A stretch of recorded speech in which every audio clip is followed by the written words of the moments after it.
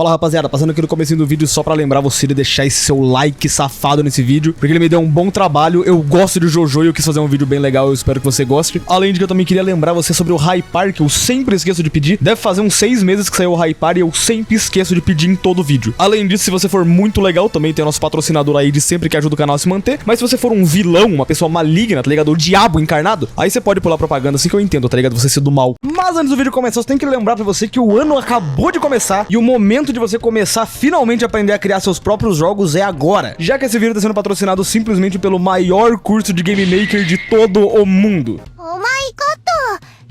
O curso de desenvolvimento de jogos do Noneclass, que é simplesmente o maior curso de Game Maker do mundo. Pra você que não tá ligado, o Game Maker é simplesmente a engine onde foi feito jogos como Undertale, Hotline Miami, Katana Zero e até eu já fiz meu próprio jogo usando o Game Maker.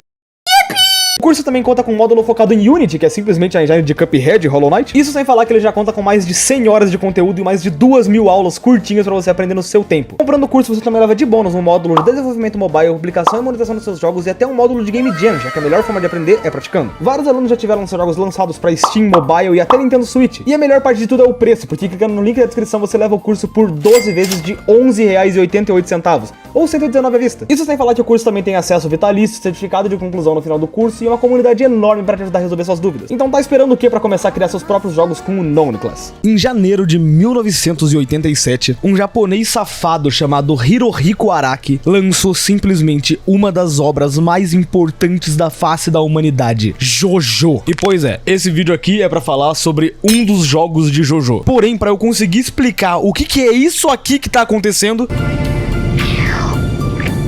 eu vou primeiro ter que te explicar um pouquinho sobre o que é JoJo. Mais recentemente, muita gente no Brasil chegou a conhecer a obra, já que ela foi inteiramente dublada pela Netflix, e que, diga-se de passagem, com uma dublagem impecável. O meu stand é uma pistola. Sua espada não vai vencer a minha pistola. Como é? Você usa camisola?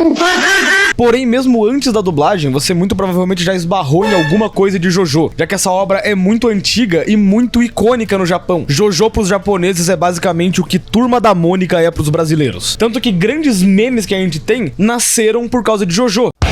Aquele meme do To Be Continue nada mais é do que uma finalização dos episódios de JoJo. Esse tipo de onomatopeia aqui que apareceu em um monte de lugar também veio de JoJo, e até o fato de ter um monte de coisa aleatória acontecendo nos episódios gerou o icônico meme de Holy shit, this is a motherfucking JoJo reference.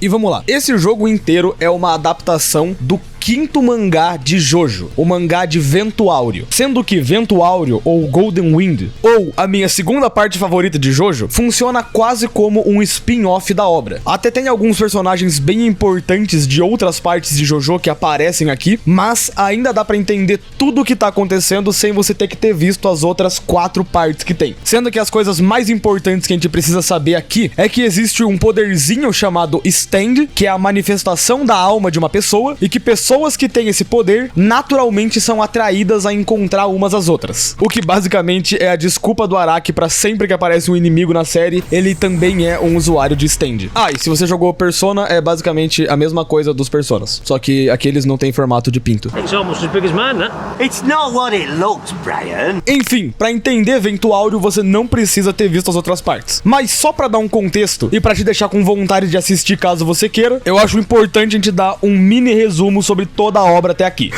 Na primeira parte de JoJo a gente conhece o Jonathan Joestar, filho do George Joestar, e também um moleque chamado Dio que é adotado pelo George. Só que, spoiler, o Dio é extremamente do mal, tanto que ele mata o cachorro do Jonathan tacando ele numa caldeira. Alguns anos se passam e os dois ficam extremamente bombados. O Dio, então mais velho, encontra uma máscara de pedra. Essa máscara transforma ele num vampiro imortal. O Jonathan aprende um poder que depois de um tempo é simplesmente ignorado e que você não precisa se importar. Eles lutam e morrem. Muitos anos depois a gente conhece o Joseph Joestar, o neto do Jonathan, que é simplesmente um prodígio naquele poderzinho que a gente conhece na última parte, que é o Ramon. Além de que ele é dublado pelo Guilherme Briggs, o que é uma coisa muito importante. O Joseph conhece um outro cara especialista em Ramon, que é o César. Ele vê a própria mãe dele pelada e enfrenta o Amo, o AC/DC e o Luan Santana, que são homens dos pilares. Os caras que inventaram aquela máscara que transformou um Dio num vampiro na última última parte. Além de que eles também encontram o Cars, que é basicamente a forma de vida suprema. Mas muitos anos se passam e a gente conhece o Jotaro, que é neto do Joseph, sendo neto do Jonathan. O Jotaro é o primeiro da família que desbloqueia um stand, fazendo com que todo o Ramon seja esquecido pro resto da história. Ele se junta com o seu avô, com o amigo do seu avô e com duas pessoas que tentaram matar ele e resolvem que eles vão ter que ir até o Egito, porque o Dio, que tinha morrido na primeira parte, na verdade não tinha morrido e agora ele voltou, só que usando o corpo do Jonathan. E agora o Dio também tinha um stand pra poder bater nos outros. No meio do caminho, o Jotaro encontra um gorila, bate no sol, enfrenta um carro, aposta a alma da própria mãe e no fim chega até o Dio. Mais alguns anos se passam e a gente chega na parte 4 de Jojo. A gente então conhece o Josuke, que é filho do Joseph em um caso que ele teve. E uma cacetada de personagem, essa parte é muito legal com o personagem. E todo mundo tem que investigar o caso de um assassino bizarro que apareceu na cidade. Basicamente, o plot de Persona 4. E com isso, você sabe o que é Jojo. Além de que eu acho que você percebeu já, Jojo é bem esquisito, mas isso faz dele muito único. É uma coisa que você vê e você logo sabe que o Araki que fez aquilo. Desde o Joseph lutando contra uma verruga, o Josuke consertando um espaguete, o personagem bebê invisível, o Diorno sendo picado por um tijolo, ou qualquer outra bizarrice que o Engine Lobo tenha comentado no vídeo dele que eu esqueci agora. Meio que isso que faz Jojo único. E por isso o meu objetivo aqui, além de comentar sobre esse jogo, vai ser também falar um pouquinho sobre a obra de Jojo, que não é lá a obra mais perfeita da humanidade, nossa, Tarantino, nossa, Poderoso Chefão, ui. Mas se você quiser assistir alguma coisa pra poder desligar o seu cérebro e só ver um monte de personagens se batendo com poderes legais, parabéns, você tá no lugar certo. Definitivamente, Jojo tem o que você precisa. E até por isso, além de falar sobre o jogo, sempre que for necessário, eu vou comentar um pouquinho também sobre o anime. Já que o jogo corta bastante coisa, afinal de contas é um jogo licenciado do Play 2, então obviamente não ia ser uma adaptação perfeita, porém eu consigo falar que ela é uma boa porta de entrada pra quem nunca viu nada de Jojo. Então agora sim, todo mundo devidamente apresentado ao que cacetas é Jojo, bora todo mundo se sentar, pegar uma xícara de mijo, deixar o like no vídeo, comentar, nossa, Ironic, Jojo é legal, e partir pra uma viagem até a cidade de Nápoles, na Itália.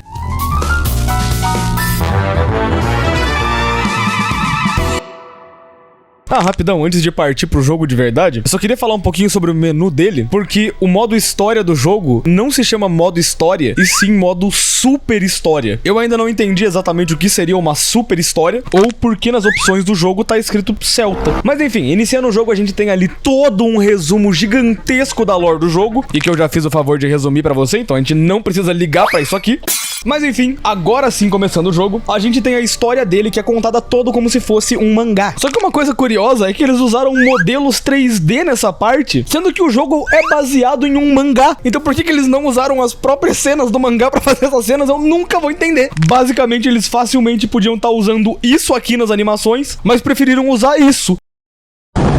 Mas enfim, esse começo da historinha pra apresentar o nosso personagem, o Diorno Giovanna, e mostrar que ele teve uma batalha contra o Luca Lacrimejante, um dos membros da máfia que acabou tomando um pau pro Diorno. E justamente por isso, enquanto o Diorno tava no metrô, ele acaba sendo cobrado pelo Bruno Bucciarati. A história se passa na Itália, então sim, eu vou falar com um sotaque ridículo e você não pode me impedir. O Bucciarati conta pra gente que ele tava aqui porque o Luca era um dos homens que trabalhava pra ele. E um dos guardas do aeroporto disse que foi o Diorno que tinha enfrentado ele. E é aí que o Bucciarati revela que ele tem a habilidade de descobrir se alguém tá mentindo ou não, baseado no sabor do suor da pessoa. E com isso, ele pergunta se o Diorno chegou a conhecer o Luca no aeroporto. O Diorno então responde que ele não conhece ninguém chamado Luca Lacrimejante, e o Bucciarati então diz que tá tudo bem. Porém, ele queria saber o que era aquilo na mão do Diorno. E quando o Diorno olha, o olho do Luca tava na mão dele. E com isso, ele começa a suar de nervoso, e o Bucciarati então consegue sentir o sabor de um mentiroso.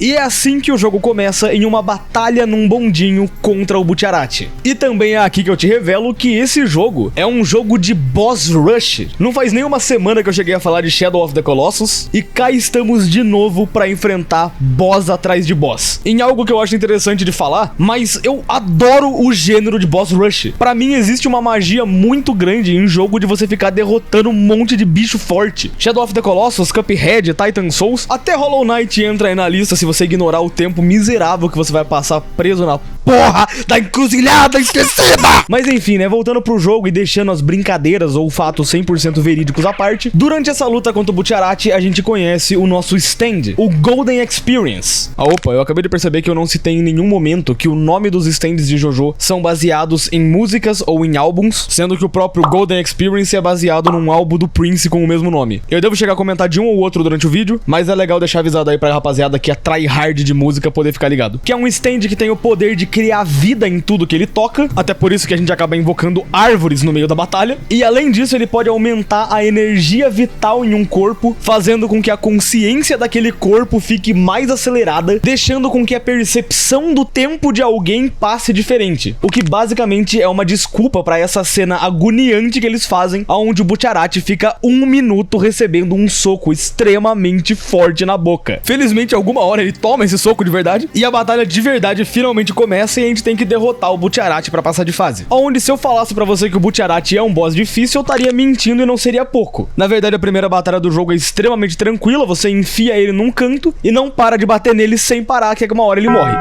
Com isso, o Bucciarati finalmente percebe que se ele ficar ali, ele vai acabar morrendo pro Diorno e resolve fugir, aonde a gente vê ele usando essa habilidade dele criar zíper nas coisas. E com o Bucciarati conseguindo fugir, o Diorno percebe que se ele deixar o Bucciarati escapar, ele nunca mais vai estar seguro, já que a gangue do Bucciarati ia sempre estar atrás dele. Então ele tinha que ir atrás do Bucciarati agora. E com isso a gente chega até a Praça de Nápoles. E vamos lá, nessa fase o Bucciarati vai usar muito do poder dele pra fugir do Diorno, e basicamente a gente vai estar jogando um pega-pega pra tentar encontrar o Bucciarati. E que um resumo rápido pra você, essa luta é basicamente isso aqui.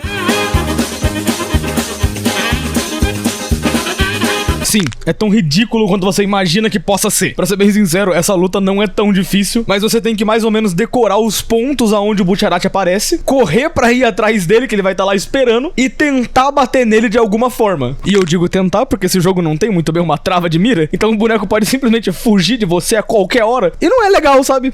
Não é bacana. Mas ainda assim é um negocinho de prática, depois de um tempinho apanhando do Bucciarati, você finalmente pega o jeito e consegue pegar ele numa armadilha e meter a paulada em cima dele num cantinho aleatório. Depois de um tempinho a gente tem uma ceninha do Bruno fugindo e desaparecendo no meio das pessoas. O que o Diorno então entende que é aquela habilidade dos zippers e que na verdade ele se escondeu dentro de alguém. O que é uma bela introdução pra gente espancar idosos. Então, é basicamente isso mesmo. Você tem que ficar espancando a galera da cidade porque o Bruno se escondeu dentro de um velho. E aí depois disso, vendo que não resolveu, o Bucciarati parte pra agressão mesmo e é só a gente fazer uma luta com ele tentando de novo fazer o mesmo esquema de enfiar ele em algum canto e espancar ele sem parar. De novo, é uma lutinha bem simples, mas é a segunda luta do jogo, então nada a reclamar aqui. No fim, o Bucciarati acabou fugindo de mim, mas a gente consegue derrotar ele. Mas é aí que a gente vê que o Diorno resolveu não acabar com o Bucciarati. Durante a luta, o Diorno percebeu que o Bucciarati era uma pessoa boa, porque mesmo sendo um integrante de uma gangue e trabalhando pra máfia, o Bruno acabou ficando paralisado quando ele viu uma criança que tava usando drogas. E o Diorno é tipo aquele grafite muito foda de um leão falando não use drogas, pratique capoeira. Então, ao invés de acabar com o Bucciarati, ele oferece uma parceria, porque o Diorno ia acabar com o chefe da máfia italiana e dominar a cidade de Nápoles, já que a melhor forma de acabar com o tráfico de drogas era chegando ao topo da máfia italiana, uma estrela das gangues, um gangstar. E sem nem pensar duas vezes, o Bucciarati sabe que é esse o caminho certo e resolve que ele vai ajudar o Diorno nessa missão e se arriscar por esse sonho dourado. Inclusive, eu acho importante enfatizar que essa cena no anime sobre o braço da criança que tava injetando drogas é uma parte bem intensa dessa luta, enquanto aqui no jogo ela se resume basicamente nessa cara do Bucciarati aqui.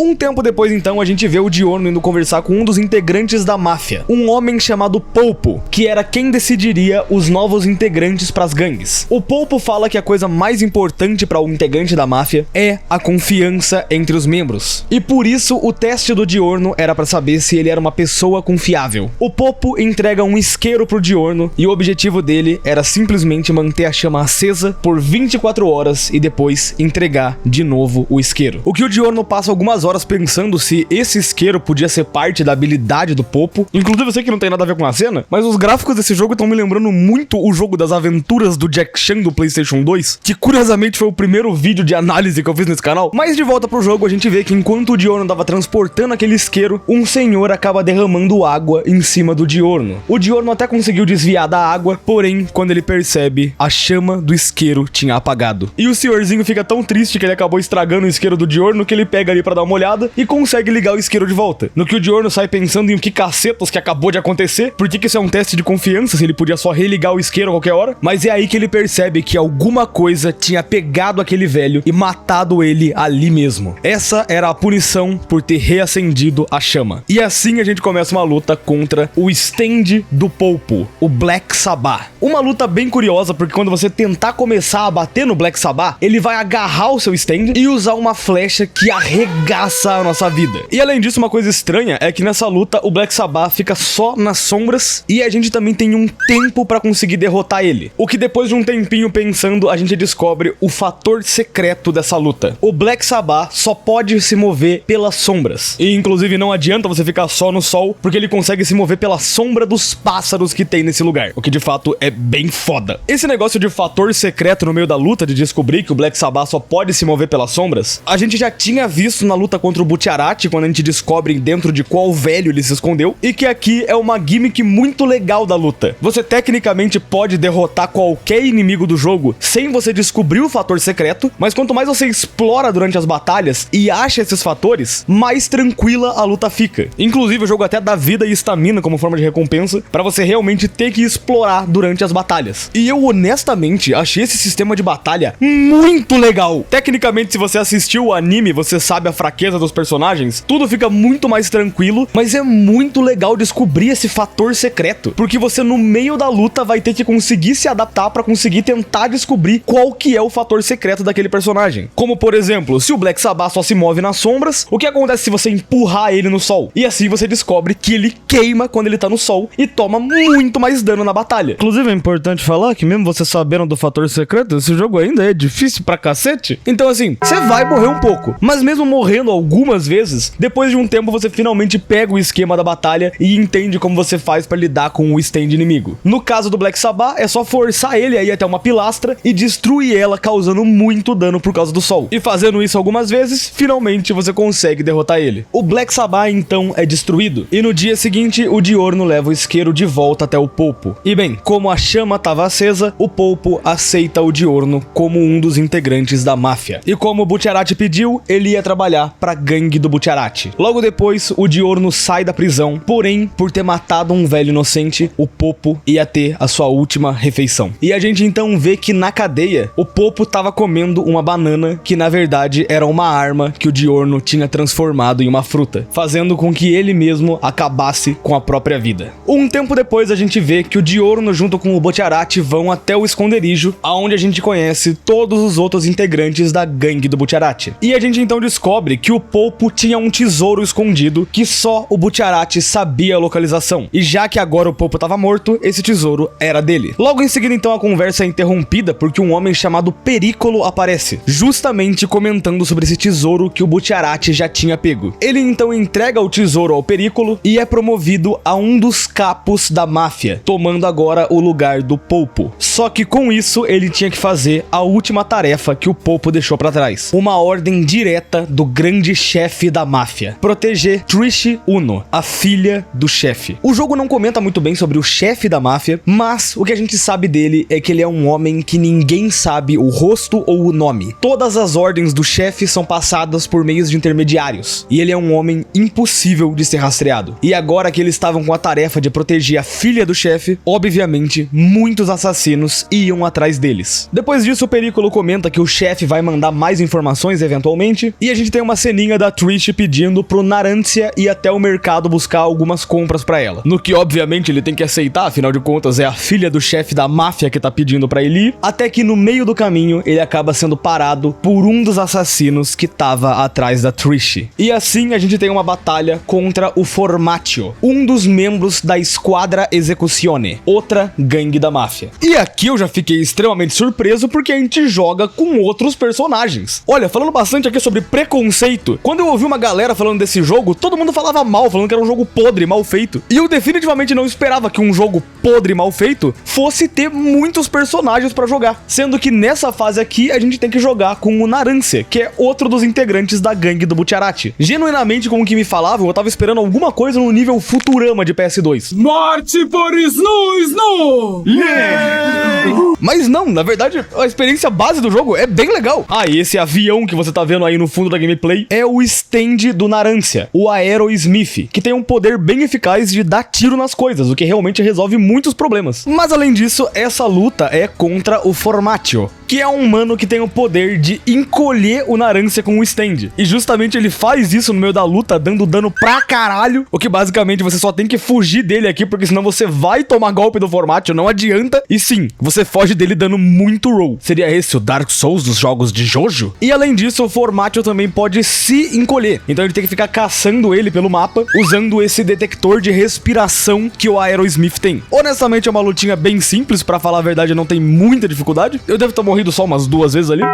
Além de que, eu não descobri nenhum fator secreto na luta dele, unicamente porque o Aerosmith é muito quebrado. Você cola na pessoa, mete ela de tiro e eventualmente você consegue matar sem o inimigo ter chance de reagir. Simplesmente bizarro pra caralho, muito foda. Honestamente eu nem sei explicar muito bem porque só é muito legalzinho jogar, esse stand é muito bom. Enfim, depois de um tempinho a gente finalmente consegue derrotar o Formatio e até tem uma ceninha final com o Narancia finalizando ele usando o Aerosmith. Mais tarde naquele mesmo dia, a gente volta pra gangue do Bucciarati todas reencontrando, vendo que eles receberam uma ordem do chefe, dizendo que eles deveriam ir até as ruínas de Pompeia pra buscar uma chave, sendo que essa é a chave pra eles terem uma viagem tranquila pra poder levar a Trish até o chefe em segurança. E pra essa missão, a gente vê que o Giorno, o Fugo e o Abacchio são enviados pra encontrar essa tal chave. Só que enquanto eles exploram as ruínas, o Fugo percebe que eles estão sob ataque de um stand inimigo. Um homem dentro do espelho que acaba jogando o Fugo pra dentro do mundo espelhado. E lá a gente encontra o Iluso, mais um dos membros da Squadra Esecuzione. Só que dessa vez a nossa missão é diferente. Não é só derrotar o Iluso, mas na verdade sobreviver a ele por 2 minutos. E isso acontece porque os controles nessa parte do jogo ficam invertidos, já que tecnicamente a gente tá dentro do mundo espelhado. Ou seja, é uma merda se mover por esse lugar, além de que a gente não pode usar o nosso stand. O stand do Fugo fica no mundo real, enquanto ele tá preso dentro do mundo do espelho, fazendo dessa simplesmente uma das fases mais insanas desse jogo. Puta merda, quem teve essa ideia de inverter os controles? Por algum tipo de sorte do além, eu consegui sobreviver de boa a essa primeira parte da luta, de só fugir dele. Ah, inclusive, a gente consegue ver o mundo de fora por dentro do mundo dos espelhos, e dá pra ver o stand do Fugo do lado de fora, o que é bem foda de ver. Mas logo em seguida, a gente já vê o Iluso vindo pra cima do Fugo, usando o stand dele. Até que um pássaro morto, então, aparece dentro do mundo espelhado. E a gente vê que isso aconteceu porque no lado de fora do espelho, o stand do Fugo tava usando a habilidade dele, que era liberar um vírus mortal que mata tudo que toca. Vendo a situação que eles estão, o Abacchio então resolve que eles têm que deixar o Fugo ali pra conseguir pegar a chave que o chefe pediu, o que obviamente o Giorno acaba perguntando como ele ia deixar um membro deles pra trás só por causa de uma chave. Mas as regras deles eram claras, só recuperar a chave e ir embora. Então com isso o Abacchio resolve que ele sozinho ia até a chave, mas ele também acaba sendo atacado pelo Iluso. E a gente então tem mais uma batalha com ele de novo na porra do mundo invertido que fica invertendo meus controles. Mas além disso, essa luta tem um negócio bem legal, porque o fator secreto dela é que o Iluso pode fugir pro mundo normal, e a gente tem que usar então o Moody Blues, o stand do Abacchio que tava preso no mundo normal, enquanto ele tava no mundo invertido. É uma lutinha bem legal. O real problema é que o Moody Blues é muito ruim de aprender a usar, e você tá tendo que trocar toda hora entre estar com os controles invertidos e os controles normais, então você não vai se acostumar com a movimentação. Na verdade, toda a existência do Iluso é horrível nesse jogo inteiro. Eu não sei quem teve essa ideia,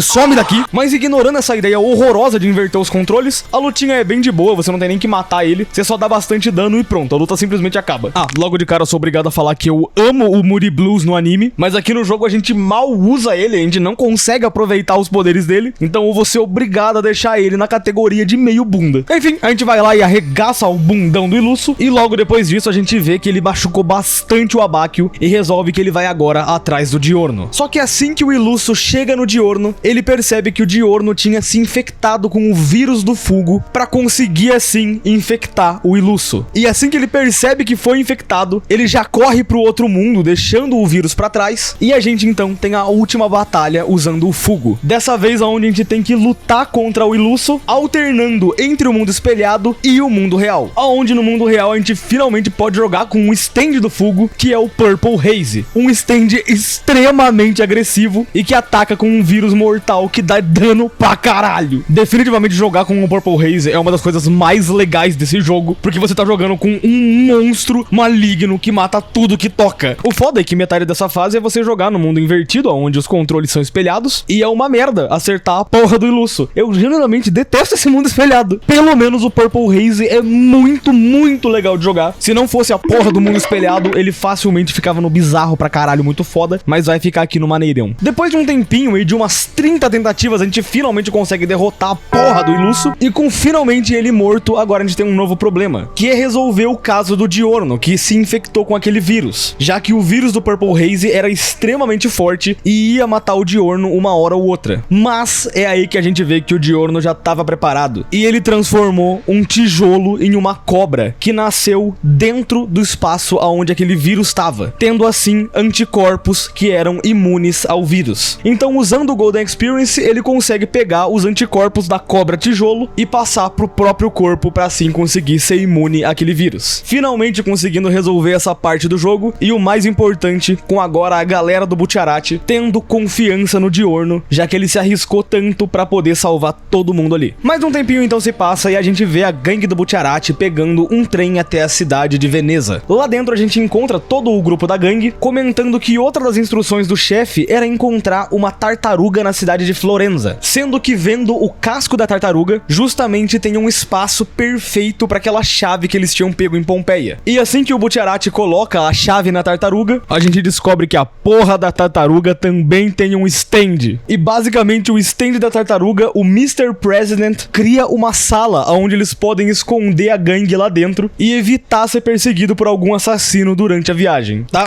Eu honestamente não sei o que falar aqui. Stand da tartaruga é muito foda. De volta pro trem, de novo a gente percebe que alguém tá atrás do Bucciarati. Dessa vez, mais dois integrantes da Squadra Esecuzione, o Pezzi e o Prosciutto, que estão conversando sobre como pegar o Bucciarati, até que o Prosciutto tem a simples ideia de que se o Bucciarati realmente tá aqui, é só ele matar o trem inteiro, que de brinde o Bucciarati também vai ser eliminado. E indo então até a tartaruga, a gente vê que dentro dela, o Narancia não tá se sentindo muito bem, e a gente percebe que ele começou a envelhecer, o que provavelmente era obra de um stand inimigo. Então, o Bucciarati com o Mista resolvem que eles vão ter que resolver esse problema. E assim que o Mista sai de dentro da tartaruga e vai até o trem, ele vê que todos os passageiros começaram a envelhecer e basicamente estão quase mortos a essa altura, com exceção de um único senhor que aparece pedindo a ajuda do Mista, e que a gente vê que na verdade era o Prosciutto disfarçado, conseguindo envelhecer o Mista, deixando ele todo fudido no chão e ainda finalizando ele com 3 tiros na cabeça. O que é um bom momento pra lembrar que esses arrombados são assassinos profissionais da máfia. Isso aqui não é brincadeira, eles vão matar todo mundo. E se o Mista não tivesse preparado e deixado o stand dele como uma forma de proteção, ele definitivamente teria morrido aqui. A gente então volta pro Prosciutto e pro Pezzi, e já que agora o Mista não tava muito bem, quem ia ter que resolver esse problema era só o Bucciarati. Então ele mete uma bicuda no Pezzi, deixando ele caído no chão, e a gente inicia nossa batalha contra o Prosciutto. Tá, definitivamente eu vou ser obrigado a cortar os 40 minutos que eu passei apanhando nessa batalha, porque a luta do Prosciutto é a primeira luta desse jogo que realmente é difícil. Uma das habilidades que ele tem é simplesmente aquela aura de névoa que começa a envelhecer o seu personagem e te mata se você ficar perto dele. E assim, eu não apanhei pouco nessa luta não, você não tá ligado. Basicamente foi muito tempo de me torturar até eu entender o que eu tinha que fazer e como eu conseguia evitar aquela aura que tava em volta dele, até que eu descubro que na verdade não adianta evitar ele, porque esse dano do Prosciutto tá pegando o trem inteiro, então não importa onde você esteja, ele vai pegar você. E o bizarro é que essa luta parece que é impossível, se não for pelo elemento secreto da fase, já que se você prestar atenção na historinha do jogo, a gente gente lembra que o Mista tava com um cubo de gelo quando ele resolveu enfrentar o Prosciutto. E nessa batalha do Prosciutto tem uma máquina de gelo no canto da fase. Então se você bate na máquina de gelo, você consegue ativar um elemento secreto que deixa você imune ao gás do Prosciutto por um bom tempo, além de recuperar uma vidinha ali também, que é bom pra cacete, eu não posso reclamar não. E que agora sim, com essa imunidade, a gente realmente consegue lutar essa luta e ela não ser impossível igual tava sendo antes. Além disso, eu não comentei, mas o stand do Butcherati é o Sticky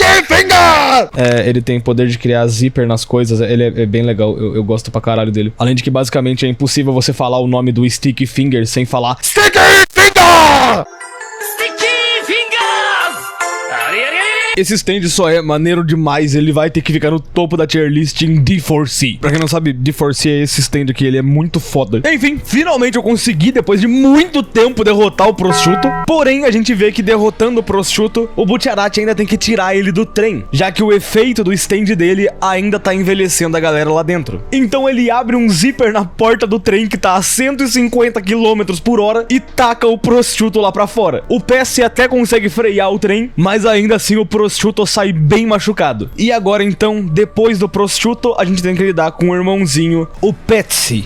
O stand do Petsy é uma vara de pesca. Eu acho que era uma coisa importante a se falar. Enfim, a luta do Petsy é uma coisa interessante, porque foi a primeira luta que me ensinou que esse jogo é muito fácil de se burlar as coisas nele. A galera de Dark Souls já tá ligado, mas esse jogo é muito fácil de se teasar.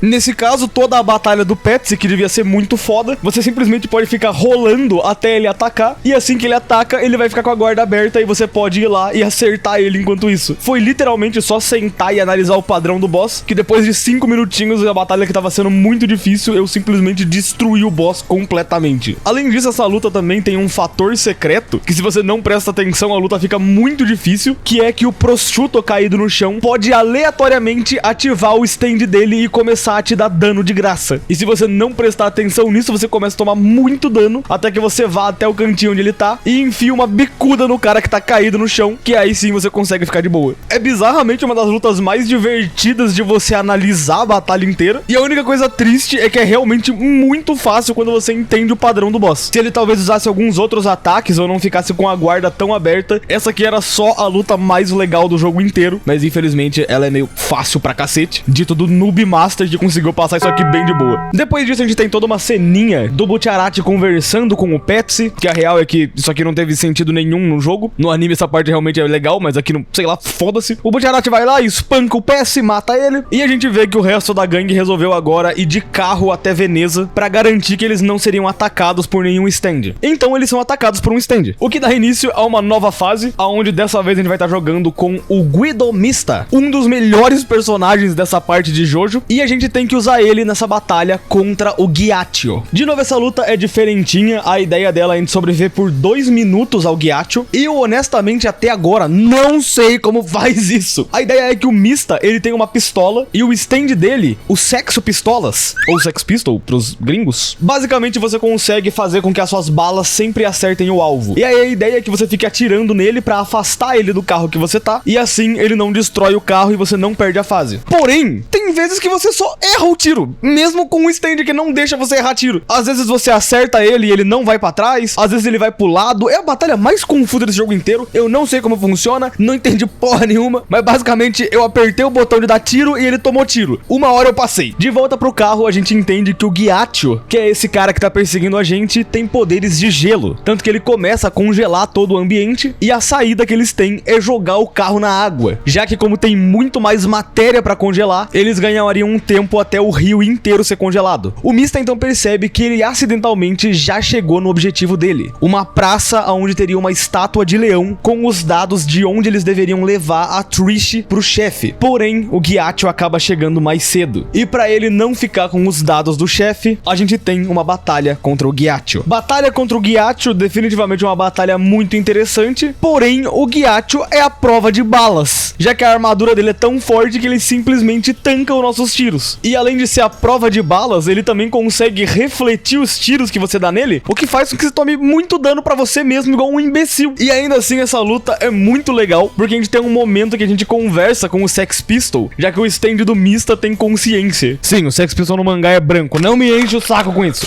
E é o próprio Sex Pistol que bola a ideia pra gente conseguir derrotar essa armadura do Ghiaccio, já que basicamente a única fraqueza da armadura é a parte de trás no pescoço dela. Então grande parte da luta é a gente desviando do Ghiaccio pra acabar não tomando golpe e tentar se alinhar com ele pra conseguir acertar as costas dele quando ele fica parado. É uma luta assustadoramente simples agora que eu tô vendo de fora, mas que na hora me deu um trabalhinho que eu tenho que dizer que, porra, não tenho memórias boas do Ghiaccio, definitivamente. Tu mama era una puta, Ghiaccio! Va pingare della tua madre, stronzo!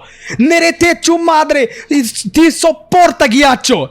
Ghiaccio, finge-lo de una lasagna bruciata! Meninos, está na hora de dizer sayonara. Mas eu não falo italiano. De novo, assim como todas as lutas do jogo, ela não é muito difícil. Você realmente tem que pensar pra aprender a fazer isso. Além de que também tem um elemento secreto nessa batalha que eu simplesmente acabei não usando, que é que você poderia usar os postes da batalha e fazer o Ghiaccio ficar preso neles. E isso deixa essa luta absurdamente fácil. Porém, na hora eu não entendi como fazia isso, e por não ter entendido o segredo dessa luta, ela ficou muito mais complicada. E isso é muito legal no jogo. Eu adoro a ideia de você ter que realmente parar e analisar como vai ser o fator secreto dessa luta pra você conseguir derrotar o inimigo. Ou você passa 10 minutos dando roll e dando tirinho nas costas. Também funciona. Inclusive, eu adoro o Mista, eu adoraria falar que é bem legal jogar com o Sex Pistol, mas eu estaria mentindo pra você. Esse stand aqui no jogo ficou bem bunda, na real. O Ghiaccio, então, é finalmente derrotado, porém essa batalha destruiu o Mista. Ele tá completamente machucado e não sabe quanto tempo mais ele vai aguentar. Mas, felizmente, o Dior não tava por perto, e o Golden Experience ia ser uma forma de poder ajudar o Mista. Mas o Diorno já deixa avisado que o Golden Experience não pode regenerar nada. Ele vai substituir as partes do corpo por novas partes, mas toda a parte de regeneração era o próprio corpo do Mista que ia fazer. Ou seja, esse processo era extremamente doloroso. E o Diorno então se prepara pra fazer o melhor possível pra poder curar o Mista. Nesse meio tempo também o Narancia aparece pra ver como os dois estão, e a gente então tem uma das melhores cenas da porra da obra.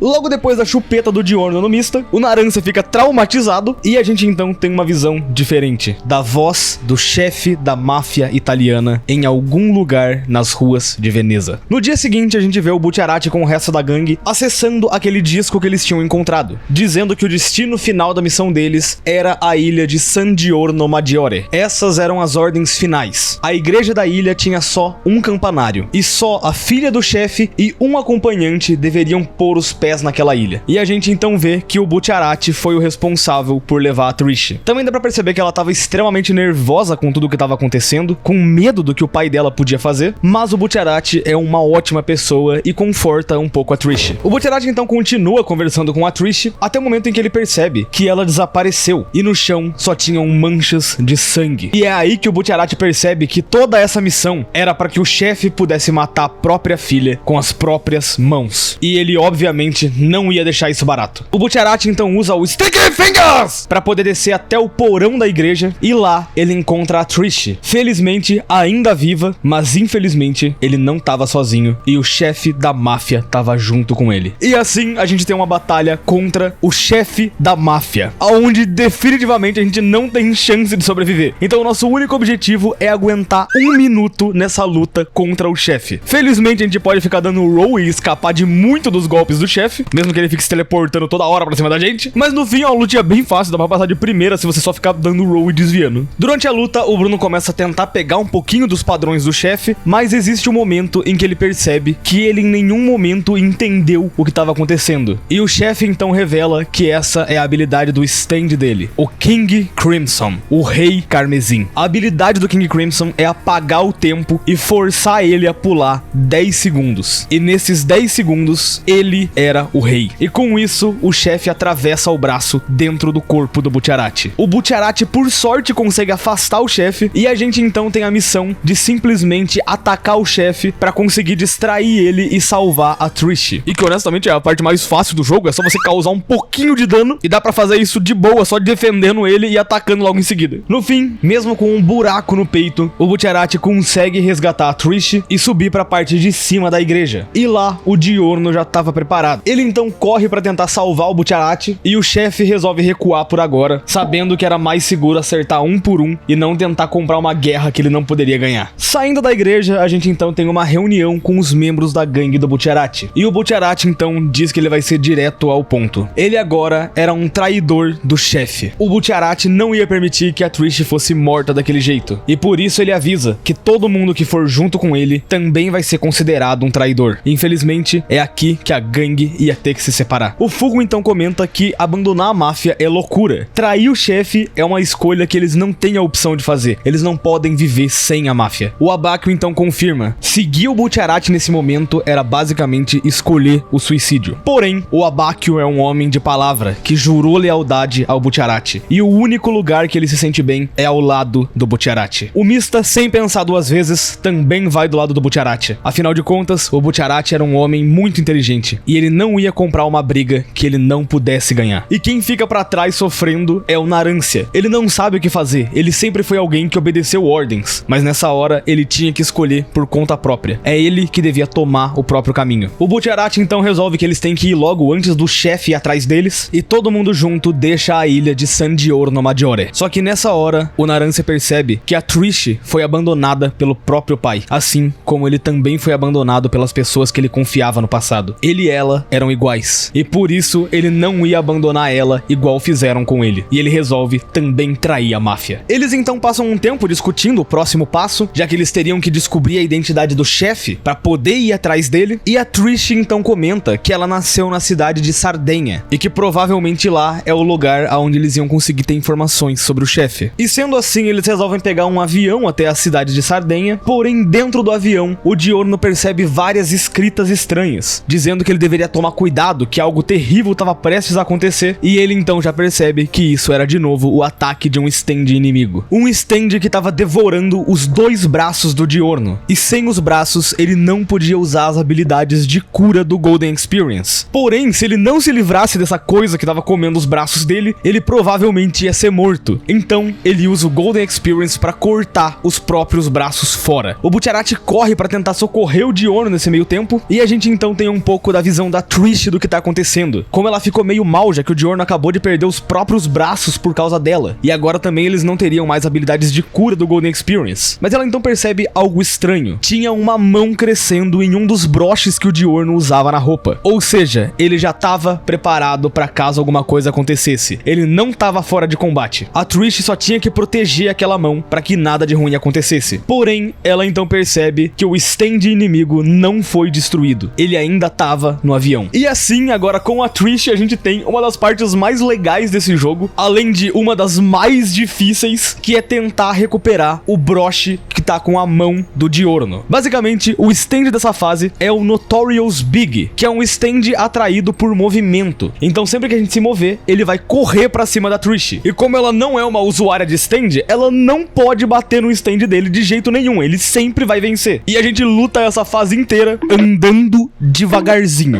É só isso, eu juro. A gente basicamente tem que ir andando bem devagarzinho enquanto o Notorious Big passa pela gente, só pra conseguir pegar a mão do Diorno que tá crescendo no chão. Porém, na hora que a Trish chega na mão, ela ouve uma voz pedindo pra ela pegar aquele broche. E a gente então conhece a Spice Girl, o stand da Trish. E agora, finalmente, usando a Spice Girl, a gente consegue bater no Big. E que na verdade falar bater é um exagero, porque a gente massacra o Big, dá até dó dele. No fim, sem medo nenhum, a gente só arregaça ele no meio. Porém, a gente vê que mesmo espancando ele, não tá adiantando nada. Ele tá sofrendo danos, ele tá encolhendo, mas ainda assim, ele continua atacando. Depois de um tempinho ali, o Bucciarati aparece e fala com a Trish, mas ela fala pra ele não se preocupar, porque ela tá conseguindo lidar de boa com aquele stand inimigo. Mas assim que a gente olha pra trás, a gente percebe que o Big cresceu pra caralho. E assim a gente tem uma batalha nessa segunda fase do Notorious Big. Na verdade, a ideia daqui é simplesmente sobreviver a essa batalha durante 2 minutos, o que pode ser difícil pra caralho, porque o Notorious Big é muito forte. E ainda ele vai ficar avançando sempre na nossa direção, então a gente tem que ficar batendo nele pra ele voltar pra trás. Traumas, dor e muito tempo pra tentar entender como cacetas resolver essa luta. Provavelmente a luta do Notorious Big foi a que eu mais passei tempo sofrendo, inclusive tive que usar das dicas da tela de Game Over. Quando você morre, o jogo explica um pouquinho como que você faz pra vencer do cara, até que finalmente, depois de muito tempo e com quase nada de vida, eu consigo ficar escondido no cantinho e sobrevivo à batalha contra o Notorious Big. Inclusive Spicy Girl stand muito foda. Wannabe.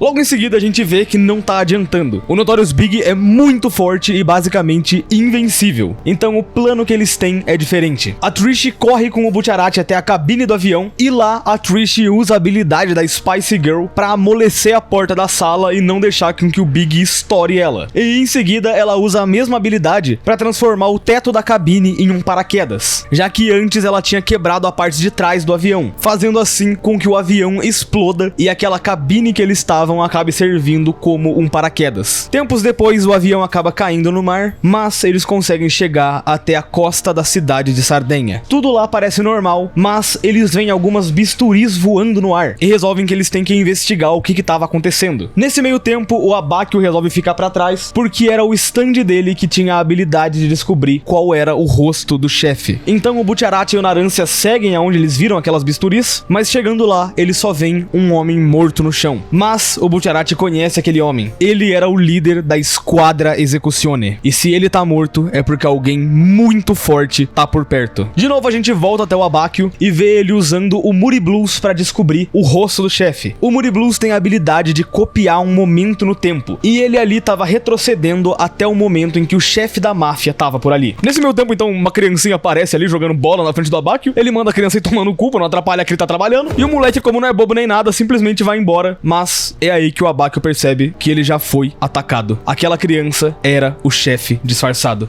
Tempos depois, o resto da gangue chega e encontra com o corpo do Abakio caído no chão. Porém, ele tinha feito a parte dele. E assim que eles vêm na fonte aonde o Abakio tava, no seu último respiro, o Abakio tinha cravado o rosto do chefe na pedra. O sacrifício do Abakio era o que deixava eles mais perto do chefe. Um tempo depois, a gente vê o grupo do Butcherati procurando por alguma informação que eles consigam ter com o rosto do chefe, até que eles conseguem um contato. Alguém perguntando se eles realmente querem derrotar o Diavolo, o chefe da máfia. E esse homem fala que ele sabe o único jeito de derrotar o King Crimson. Mas para isso, a gangue do Butcherati teria que encontrar ele em Roma, já que ele tinha o único objeto capaz de vencer o King Crimson. Uma flecha, que de acordo com ele, era a arma que ia acabar com essa batalha. Aí depois disso tem um monte de historinha que ninguém se importa, é muito chato essa parte na verdade, foda-se.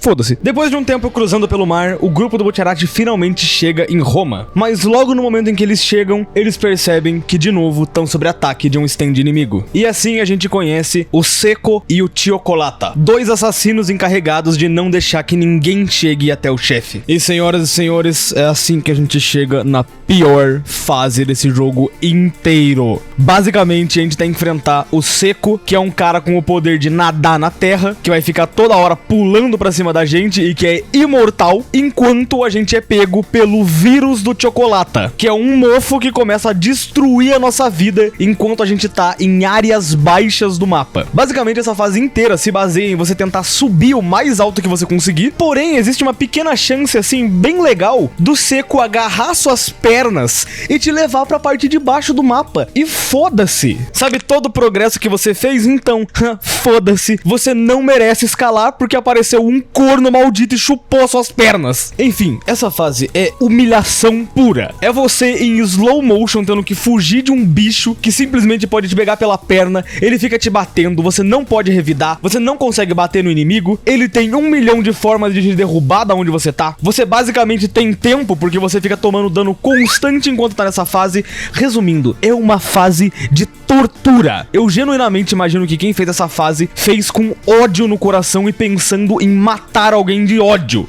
E eu não te contei a parte mais legal dessa fase? Então, né, além do dano constante que você toma, te matando várias vezes e te obrigando a resetar a fase inteira, essa fase ainda é a porra de um labirinto. muito. Eu passei muito tempo tentando entender padrões, ideias, tentando anotar, fazer teorias de qual era o elemento secreto dessa fase. E eu só cheguei à conclusão de que não tem. A fase é feita pra te fuder e destruir o seu cérebro. Eu preciso destacar esse momento aqui que eu fui pego pelo seco. Ele me puxou e me jogou pra trás. E eu passo minutos sofrendo pra conseguir subir na porra da parte de cima, ficando em câmera lenta por causa do stand do chocolate e com esse porra me atacando, até que quando eu finalmente consigo, ele vem e me agarra de novo e me joga de novo no mesmo lugar. Isso é torturante, meu Deus do céu.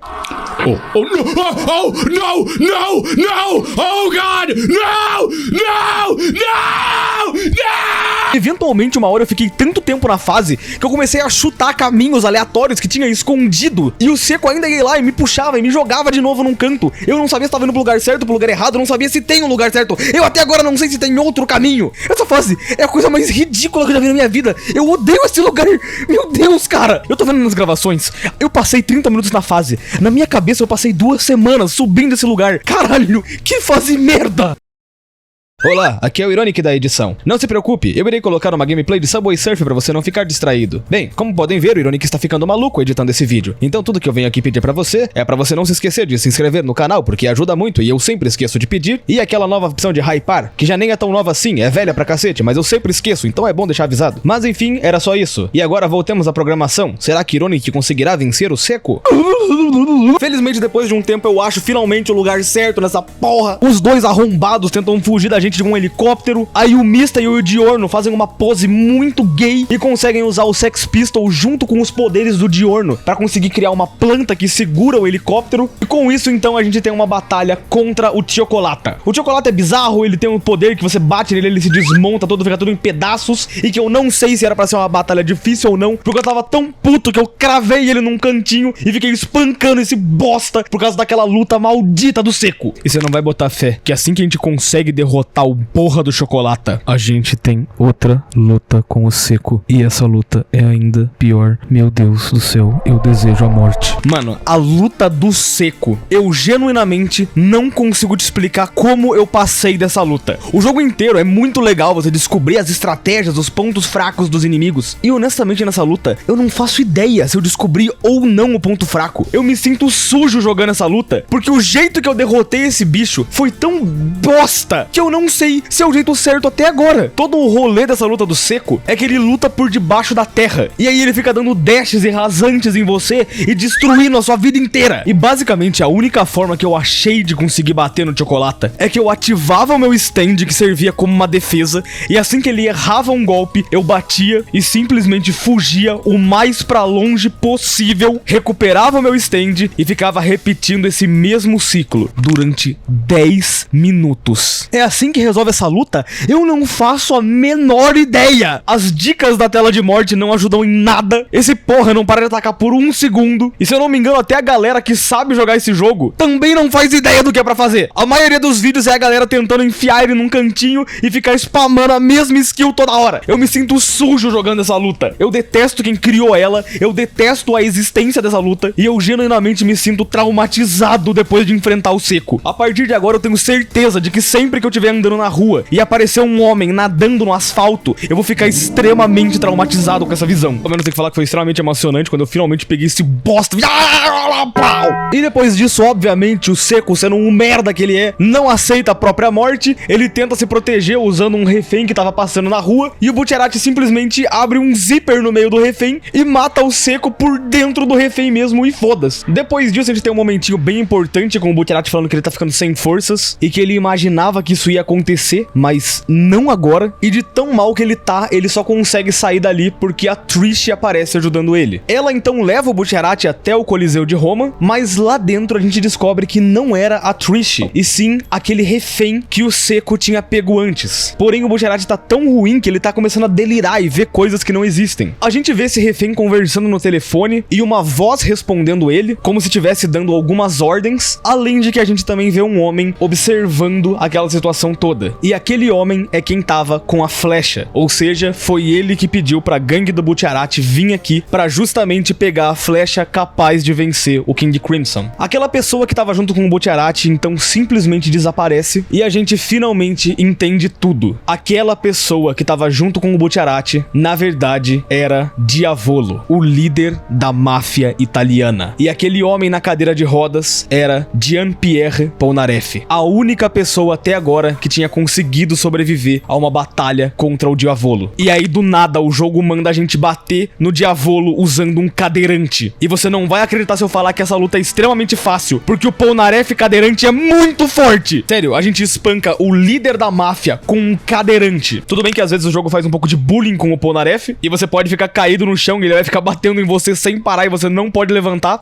Isso será um pouco ridículo, inclusive, diga-se de passagem. Mas depois que você se recupera, você pode ir pra cima do King Crimson e destruir ele usando o Polnareff cadeirante muito foda. Depois da luta com o Diavolo, a gente tem uma ceninha muito importante, porque mesmo que a luta tenha sido fácil, a gente realmente não conseguiu vencer ele. A gente só ganhou um pouquinho de tempo. Mas ninguém da gangue do Bucciarati chegou até o Polnareff. Então o Polnareff tinha que proteger aquela flecha com toda a força que restava pra ele. E no momento em que o Diavolo resolve que ele vai matar o Polnareff ali mesmo, aquela flecha dele acaba espetando o Silver Chariot, o stand do Polnareff. E o Diavolo então percebe que fudeu pra caralho, porque ele sabe que aquela flecha é muito forte e quem controlar a flecha vai controlar o mundo. Então ele corre e finaliza o Polnareff com um único golpe. Ele então cai morto no chão, porém o Silver Chariot ainda tava de pé. E agora o próprio stand do Polnareff é quem ia proteger aquela flecha. Um tempo se passa e o Diavolo então começa a passar muito mal, simplesmente caindo no chão sem força nenhuma. E a gente vê que todo mundo no Coliseu também teve o mesmo efeito de cair exausto no chão. E no momento em que eles acordam, a gente percebe que todo mundo teve o corpo trocado. Na verdade, melhor dizendo, é como se a alma deles tivesse trocado de corpo. E nessa hora então a gente vê que o Polnareff estava vivo dentro do corpo da tartaruga. E é ele que explica toda a situação sobre o poder da flecha, que quem controla a flecha controla o mundo e que eles não podem deixar o Diavolo chegar na flecha. Só que logo em seguida, quem eles veem chegando é justamente o Diavolo. Mas na hora em que o Sticky Fingers aparece, eles percebem que na verdade era o Bucciarati que tava dentro do corpo do Diavolo. E a gente então tem uma das lutas mais maneiras desse jogo, onde a tartaruga Polnareff dá instruções pra gente, mas basicamente a gente só tem que impedir que o Silver Chariot alcance o outro lado do Coliseu. Porém, ele vai usar a própria versão dele do Sticky Fingers pra impedir que a gente faça isso. E o Sticky Fingers bate forte, cara. Tipo, ele bate muito, muito! Então é bom tomar um pouquinho de cuidado aí, que vai doer um pouco. É interessante a ideia da batalha, porque é só você espancar um alvo que tá parado, só que o stand do alvo vai ficar te atacando. Essa luta aqui é uma adaptação bem diferente no anime, já que no anime o seu stand próprio se vira contra você pra proteger a flecha, o que basicamente deixa o Silver Chariot ou o stand mais forte da porra da ficção inteira, enquanto aqui é bem mais tranquilo, você consegue bater usando Sticky Fingers mesmo. Luta simples, bobinha, e quem assistiu o anime vai se impressionar o quanto isso aqui é mais fácil do que na porra do anime de verdade. No fim, mesmo conseguindo vencer a batalha, o Silver Chariot é forte demais e ele consegue escapar do Coliseu. E pra piorar, nessa hora o corpo do Bucciarati aparece, ou seja, o Diavolo tava lá dentro. Então o Mista que tava no corpo da Trish simplesmente atira logo pra matar, mas ele desaparece, já que ele podia pular alguns segundos no tempo. Porém, não foi só isso, porque de repente o Narancia que tava no corpo do Diorno simplesmente desapareceu, e eles então percebem que o Narancia tava morto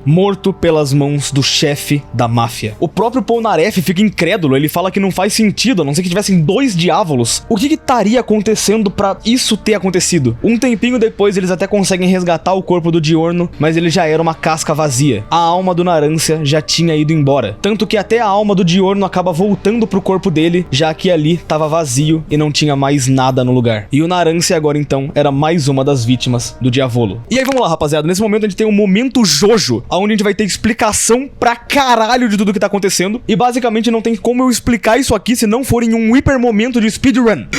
Tudo começa no momento em que a tartaruga Polnareff percebe que na verdade o Diavolo tinha duas almas, e isso explicava que ele tinha dupla personalidade, ou seja, nesse momento no corpo do Bucciarati não tava o Diavolo, e sim aquele garoto que a gente tinha encontrado mais cedo no Coliseu, o que significava que na verdade a alma do Diavolo ainda estava dentro do corpo de outra pessoa. Porém, nesse momento essa informação é completamente inútil, porque eles são obrigados a primeiro pegar a flecha para depois poder vencer o King Crimson. Então o Diorno se despede do corpo do Narancia e todo mundo resolve correr atrás do Silver Chariot. Depois disso a gente vê que o Doppio, que é o nome da outra personalidade do Diavolo, que tava no corpo do Bucciarati, tava morrendo, porque o corpo do Bucciarati tava podre, por causa daquele golpe letal que ele tinha tomado do Diavolo mais cedo. Geral junto então consegue chegar até o Silver Chariot, mas a gente vê que de fato o King Crimson na verdade tava escondido dentro de alguém, e esse alguém era a Trish, a filha do Diavolo, que tava dentro do corpo do Mista. Só que ao mesmo tempo a alma do Diavolo também tava no mesmo corpo. Então o Diavolo assume o corpo e avança pra cima do Silver Chariot pra conseguir pegar a flecha. E é aí que o Diavolo revela que ele era um puta estrategista, porque na verdade ele descobriu que o segredo pra derrotar o Silver Chariot era a posição da sombra das pessoas em relação a ele, porque todo mundo que chegava perto dele meio que projetava uma sombra diferente da sombra da posição solar. E isso obviamente acontecia porque o Silver Chariot criava um sol miniatura atrás da cabeça da pessoa. O Diavolo então consegue destruir esse mini sol atrás da cabeça dele, fazendo com que assim ele consiga destruir o Silver Chariot. Eles então conseguem derrubar a flecha no chão, mas no momento em que o Diavolo vai pegar a flecha, a alma dele começa a voltar pro corpo real dele, já que todo esse efeito de troca de corpos na verdade era por causa do Silver Chariot. Porém nessa hora, como o corpo do Bucciarati já tinha morrido, a gente só consegue ver que infelizmente o Bucciarati é levado ao céu, já que ele não tem mais um corpo pra ficar no mundo físico, e ele assim desaparece numa cena completamente broxa comparado com a porra do anime, que essa cena é linda. Porém, por causa de toda essa confusão de troca de corpos, acontece que o Diorno é quem acaba ficando com a flecha. Então ele justamente pega aquela flecha e espeta dentro do Golden Experience pra conseguir fazer com que ele tenha o poder pra dominar o mundo. O Diavolo tenta correr de forma extremamente ridícula pra cima dele, mas o Diorno do nada começa a voar, e a gente então descobre que esse stand era agora o Golden Experience Requiem, uma evolução de stand por causa daquela flecha, fazendo com que agora sim a gente tenha a última batalha contra o Diavolo.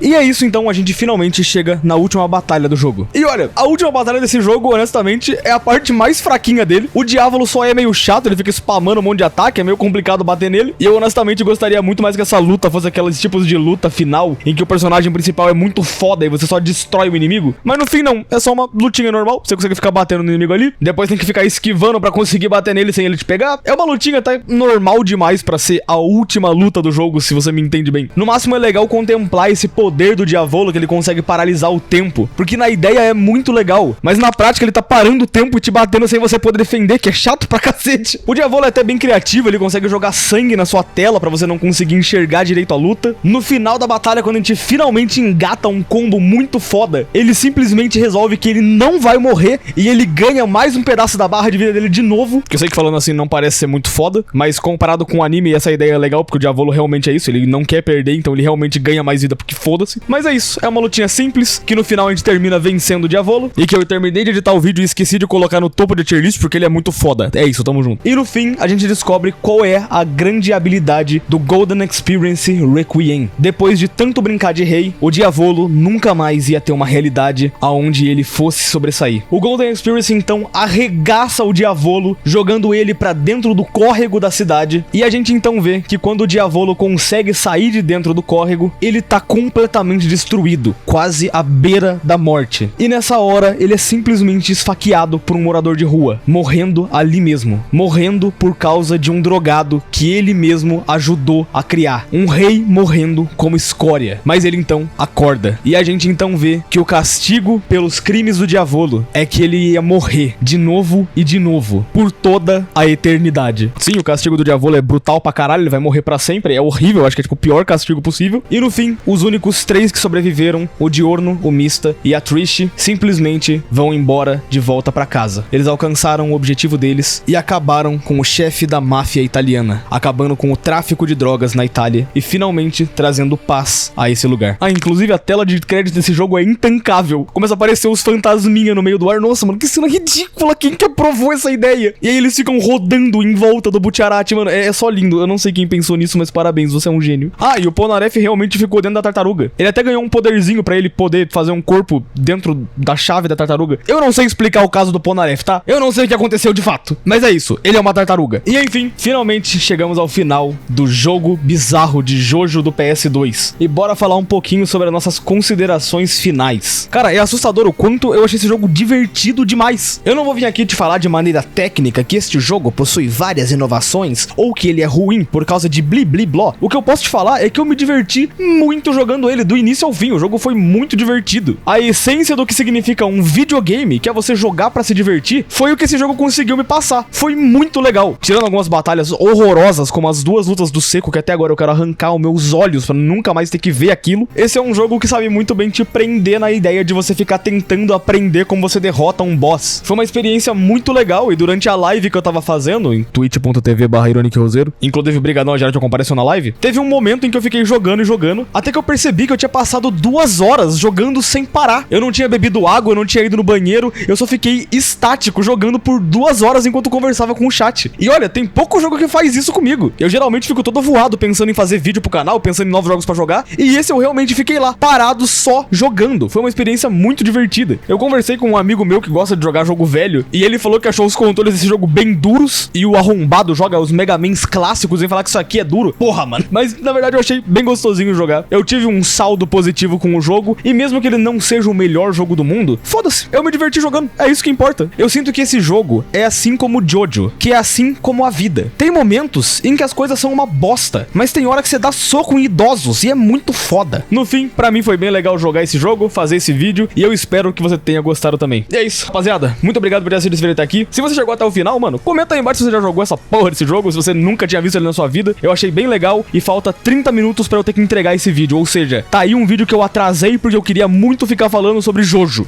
Antes que perguntem, sim, é porque anunciaram a parte 7. Sim, eu gosto de Jojo. Sim, eu sou esquisito.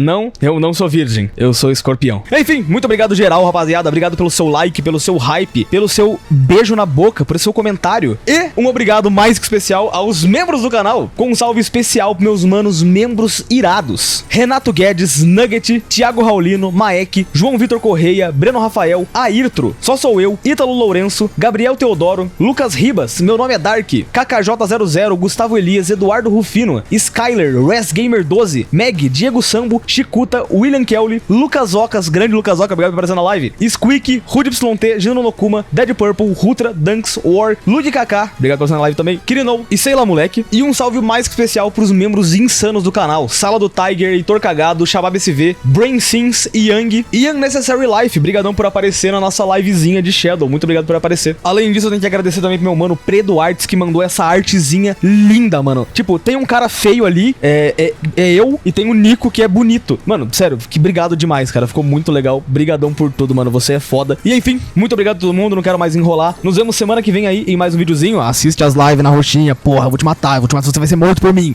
Tchau! E um recado final desse vídeo é que sim, eles cortaram a porra da Torture Dance do jogo. Come from my mind. Level. Come from my mind.